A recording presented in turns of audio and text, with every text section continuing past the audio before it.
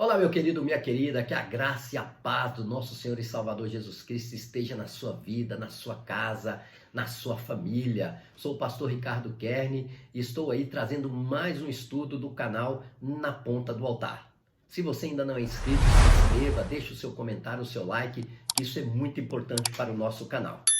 E eu estou falando sobre o Tribunal de Cristo, as coisas que acontecerão nos últimos tempos. No último vídeo eu falei sobre o arrebatamento da igreja e no vídeo de hoje eu quero falar sobre o Tribunal de Cristo.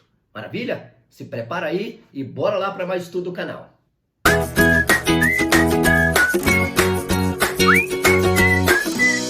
Antes de começar o estudo propriamente dito, eu quero falar sobre uma pergunta que eu deixei no penúltimo vídeo, falando sobre a guerra entre israelenses e palestinos que acontece há décadas no Oriente Médio. A pergunta foi: qual organização se levantou no período dessas guerras entre israelenses e palestinos que afetaram de forma muito grande todo mundo, inclusive o Brasil? Ninguém conseguiu acertar a resposta correta. Por isso, deixaram de ganhar essa linda caneca aqui oferecida pelo nosso canal e patrocinada aí pela Kern Produções. Mas você pode ganhar numa próxima enquete. Maravilha? E a resposta correta é OPEP. O que significa essa sigla OPEP? É a Organização dos Países Produtores e Exportadores de Petróleo. Essa organização ela foi criada ali no Iraque, após uma reunião dos maiores produtores, principalmente os produtores ali do Oriente Médio, onde estão os maiores produtores de petróleo do mundo. Eles se organizaram e fizeram formaram essa organização para proteger e fortalecer os produtores de petróleo no mundo inteiro. Está aí a resposta: OPEP. E agora eu quero fazer também uma observação sobre o último vídeo que eu coloquei. Este vídeo aí, olha, o arrebatamento da igreja. Você pode clicar nesse link e pode assistir esse vídeo para que você entenda a continuação. Neste vídeo eu falei sobre uma visão pré-tribulacionista que eu acredito. O vídeo do arrebatamento da igreja, como eu já disse, é um ensinamento pré-tribulacionista. Pastor, mas por que é um ensinamento pré-tribulacionista? Tem outros? Sim, tem outras visões que eu quero falar, que eu não disse lá naquele vídeo. Existem 3 visões que falam sobre o arrebatamento da igreja. E todas elas nós encontramos versículos bíblicos que dão embasamento para isso. E quais são essas visões? A pré-tribulacionista, que é a que eu creio, que eu ensino, que Jesus ele virá arrebatar a sua igreja antes da tribulação. A segunda é o mesotribulacionismo, que ensina que a igreja ela vai passar por uma parte da tribulação e será arrebatada no meio da tribulação. E a outra linha, que é o pós-tribulacionismo, que acredita que a igreja passará por toda a tribulação e após a grande tribulação ela será arrebatada definitivamente para o céu. E também é muito importante deixar claro que esse ensinamento, essas visões, elas não ferem o principal pilar do cristianismo, tá? O principal pilar do ensinamento da escatologia do final dos tempos, que é o quê? Jesus, ele virá buscar a sua igreja. Este, como eu disse no último vídeo, é o próximo evento escatológico que na nossa visão pré-tribulacionista acontecerá, o arrebatamento da igreja. Essas visões e pensamentos não tiram o crédito da palavra de Deus, pois a palavra de Deus ela é a verdade e imutável. Então nós precisamos acreditar que a palavra de Deus ela não tem variação, né? Ela é uma verdade. Pastor, mas como ela não tem variação se ela abre margem para esses 3 pensamentos? A palavra ela não tem variação. O que tem variação são as nossas interpretações. Entendeu? Então por isso que nós temos que escolher uma e acreditar nela. Agora a principal que você não pode abrir mão é que Jesus vai arrebatar a igreja. Isso você não pode abrir mão. Agora se ela vai ser arrebatada antes, no meio ou depois, isso vai ser indiferente. Uma coisa é certa, todos nós estaremos lá, passando ou não pela tribulação. Agora vamos prestar atenção em alguns detalhes que isso vai nos dar a segurança de que nós estamos ouvindo, assistindo, aprendendo um ensinamento concreto sobre a volta de Cristo e sobre alguns detalhes referentes ao final dos tempos. Uma coisa muito importante: se você encontrar qualquer professor, qualquer pregador, por mais que elevado seja, por mais simples que seja, ensinando contrário a essas coisas que eu vou te dizer, você pode com certeza duvidar dos seus ensinamentos ou até mesmo ignorar. Porque quem nega esses 5 fatores aqui está fora da palavra de Deus. O primeiro é negar que Jesus ele vai voltar. Nenhum pregador sério, nenhum teólogo que tenha o conhecimento da palavra, ele nega que Jesus voltará, né? Os textos bíblicos que eu quero deixar para você está aí na tela. João capítulo 14 do verso 1 ao 3, Apocalipse o capítulo 22 ao 7. Eu não vou ler todos porque o vídeo vai ficar muito longo, tá? Outro fator muito importante: aquele que negar a ressurreição dos mortos. Quem nega a ressurreição dos mortos também você pode descartar e fugir. Baseado em quê? Em João capítulo 11, verso 25, Marcos capítulo 12, versos 26 a 27, 1 Coríntios capítulo 15, verso 21. Tá certo? Sai mais um. Outro detalhe também: quem negar que existe 2 destinos, a vida eterna e a morte eterna. Negou isso aí, você pode também descartar como um ensinamento teológico baseado na palavra de Deus. E quais são os textos? Romanos, capítulo 6, verso 23, João, capítulo 5, verso 24 e Mateus, capítulo 25, verso 41. Você pode pegar a caneta e marcar e depois você pode abrir a Bíblia ou então parar o vídeo aí e ler essas passagens. Mais um detalhe também: negar que todos deverão comparecer diante do juízo. Quem ensina e nega isso pode ter certeza que não está de acordo com a palavra de Deus e fere a doutrina bíblica, né? Qual o texto que mostra para nós isso?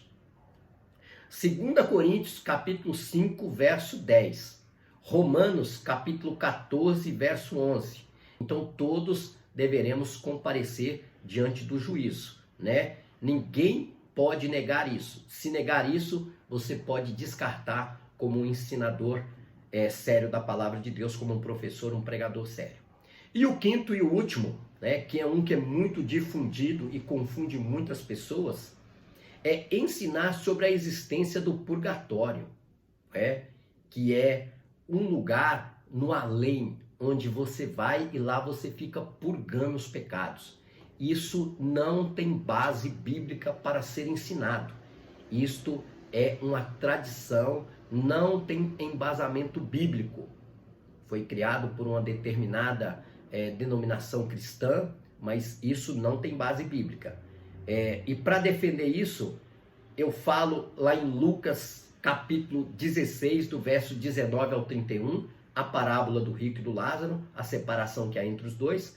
Leia lá o texto, Lucas capítulo 16, do verso 19 ao 31, e Hebreus capítulo 9, do verso 27. Ao homem está destinado a morrer uma vez, depois vem o juízo. Então, está aqui esses 5 detalhes que você precisa observar. Quem fugir disso aí e quem ensinar contrário a isso, você pode descaracterizar como um homem que ensina a palavra de Deus de forma séria. E quais são os sinais mais dignos de confiança para nós sabermos quando isso está próximo de acontecer? Jesus não nos deixou na escuridão com relação a isso.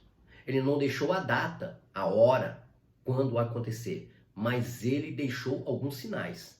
E o principal é que o amor de muitos esfriaria. Amor pela palavra de Deus, amor pelo próximo, amor pelo próprio Deus, né? Em primeiro lugar a Deus, a sua palavra e amar também ao próximo. Então essa falta de amor, ela cresce de forma desordenada. E só não vê quem não quer. Então, esse é um dos sinais. Né? Mateus capítulo 24, 12. Lá também no livro, na carta de Paulo, segunda carta de Paulo a Timóteo, capítulo 3, do verso 1 ao 5, você vai poder ver também uns grandes sinais da volta do Senhor Jesus Cristo. Agora eu quero falar sobre o tribunal de Cristo, né? O que acontecerá nesse tribunal? O que é o tribunal de Cristo? O tribunal de Cristo, nós chamamos ele também de bodas do Cordeiro. Esse tribunal de Cristo ele é diferente do juízo final. No juízo final, só estará presente os ímpios. Exatamente. É só ímpio, aqueles que não creram no Senhor. Agora, o tribunal de Cristo estará somente os salvos. Eles participarão das bodas do Cordeiro. Ali vai se cumprir uma das parábolas que Jesus ele proferiu ali no seu sermão profético, em Mateus capítulo 25, o sermão a parábola das 10 virgens, onde 5 eram prudentes e 5 eram imprudentes, insensatas, né? E 5 entram para as bodas do Cordeiro, que nós consideramos como o arrebatamento da igreja. E 5 ficam fora. Essas prudentes vão participar do tribunal de Cristo e vão encontrar-se com o noivo. Então, está aí uma dos ensinamentos que nós baseamos aqui para falar desse tribunal de Cristo que vai acontecer. Lá na Bíblia também, nós podemos ver em 2 Coríntios, capítulo 5, do verso 10, o que o apóstolo diz sobre essa questão. Olha o que ele diz: pois todos nós devemos comparecer perante ao tribunal de Cristo, para que cada um receba conforme as obras praticadas por meio do corpo, quer sejam boas, quer sejam más. Então está aqui Paulo fazendo essa afirmação lá em 2 Coríntios capítulo 5, verso 10. Nesse tribunal, como eu disse, também nós conhecemos como as bodas do Cordeiro. Somente salvos participarão dela. Lembrando, né, que essa parábola das 10 virgens, ela prefigura, né, ela conta a história do casamento judaico, como acontecia. Era dessa forma. À noite, eles se reuniam para encontrar o grupo da noiva com o grupo do noivo.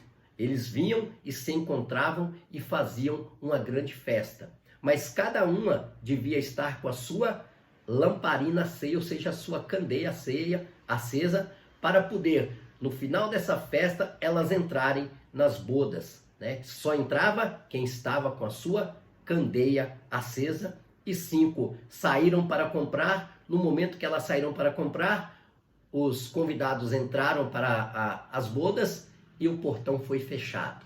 Elas chegaram batendo, conforme Mateus capítulo 25 vai dizer. E aí o noivo falou: fecha a porta, porque eu não as conheço. Então, é dessa forma que vai acontecer. Neste momento, nas bodas do Cordeiro, quando nós estivermos lá com o noivo, acontecerá também o tribunal, ou seja, as nossas obras que foram feitas, elas vão ser o quê? Elas vão ser provadas no fogo. Exatamente, conforme está lá em 2 Coríntios capítulo 5, a partir do verso 10. As nossas obras, elas serão provadas. É muito importante você saber que não foram essas obras que te salvaram. O que nos salva, o que vai salvar, o que vai permitir que nós sejamos a noiva de Cristo e entramos para bodas do Cordeiro, é nós sermos lavados no sangue de Jesus. É nós crermos na morte do Senhor Jesus Cristo e viver de acordo com a sua palavra. É isso. Não serão as obras que vão nos salvar. Nós fazemos as obras porque nós acreditamos no noivo e não para ser salvos, ok? Porque a salvação é pela graça e não vem por meio de obras para que ninguém se vanglorie. Então, não adianta você ser um pregador, não adianta você falar isso, falar aquilo e você continuar vivendo no pecado. Então, você não crê. Nós precisamos crer para que nessas bodas nós entramos e lá as nossas boas obras, elas passem pelo fogo, como diz o apóstolo Paulo, que ela será provada. Vai ser aprovada como ouro, como prata, como madeira, como palha, então, e como feno, né? Haverá lá tristeza nas bodas do Cordeiro? Eu acredito que não haverá, porque lá vai ser um lugar de alegria, vai ser um lugar de festa, mas serão galardoados de forma diferente aqueles que fizeram a obra de Deus com mais intensidade, aqueles que fizeram a obra de Deus com mais fidelidade. Então, isso sim será lá no céu, lá nas bodas do Cordeiro, coroado de forma diferente. Mas não haverá o sentimento de tristeza, de inveja, de revolta, nada disso. Maravilha? Pastor, e qual é o texto que fala em bodas do Cordeiro? Esse eu faço questão de abrir aqui e ler para você. Apocalipse 19, do verso 7 ao 9. Regozijemo-nos, vamos alegrar-nos e dar-lhe glória, pois chegou a hora do casamento do Cordeiro e a sua noiva já se aprontou. Oh, glória! Para vestir-se foi-lhe dado linho fino, brilhante e puro. O linho fino são os atos justos dos santos. E o anjo me disse, escreve, felizes os convidados para o banquete do casamento do Cordeiro. E acrescentou, estas são as palavras verdadeiras de Deus. Olha aí que coisa tremenda. As bodas do Cordeiro é para a igreja, é para a noiva de Cristo. Ela será vestida com linho fino, que mostra o quê? As obras dos santos, né? Mostram aqui os atos justos dos santos. Então, está aí Apocalipse capítulo 19, para você que queira ler. Neste tempo, acontecerá 4 eventos em sequência, né? Que eu quero mostrar para você também de forma mais clara. O primeiro é o tão aguardado casamento de Cristo com a sua igreja, que foi arrebatada. Somente crentes de todos os tempos participarão. O segundo é o encontro nupcial acontecerá por um período aí de 7 anos, em que a igreja estará comemorando com o noivo este casamento. É uma festa grandiosa. As festas na cultura judaica demoravam dias, não era um dia igual nós temos o costume aqui, 4 horinhas de festa, 6 horinhas, vamos ali para um churrasco. Não, lá demorava dias e aqui vai demorar. Essas bodas, conforme nós entendemos, que ela vai durar um período de 7 anos. Enquanto nós estamos nas bodas do Cordeiro, na terra vai estar acontecendo o período da grande tribulação, que envolverá 7 anos, ou seja, a última semana lá de Daniel. O terceiro é a entrega de galardões àqueles que foram fiéis ao noivo. Está aqui também outro evento que acontecerá, a entrega dos galardões, né, aos que foram fiéis ao noivo. E após 7 anos, esse é o quarto evento ali das bodas, após os 7 anos das bodas do Cordeiro, a sua noiva volta com o noivo para o quê? Para destruir, julgar os seus inimigos e implantar o reino milenial conforme Apocalipse capítulo 20. Então está aí esses detalhes sobre as bodas do Cordeiro, tribunal de Cristo. Se você tiver alguma dúvida, tiver alguma pergunta, alguma colocação, fique à vontade, coloque aí no comentário, né? Você pode participar aí do canal. E aqui, após o capítulo 19, nós vamos entrar no milênio. Estamos aí chegando no final de mais um vídeo. No próximo vídeo eu quero falar sobre o milênio, que é também algo extraordinário que vai acontecer para nós, aqueles que foram salvos por Cristo Jesus. Vai ser um período maravilhoso e que eu quero falar no próximo vídeo. Conforme eu disse, nós ensinamos o pré-tribulacionismo. Entendemos que a igreja vai ser arrebatada antes da tribulação e ensinamos também que depois acontecerá o milênio. Um grande abraço, um beijo no seu coração. Compartilhe esse vídeo com seus amigos se você gostou. Deixe o seu like, o seu comentário, porque isso é muito importante para o canal. Nós temos um objetivo: ensinar a palavra de Deus. Tão somente ensinar a Bíblia. Maravilha? Um grande abraço. Você está sempre na ponta do altar.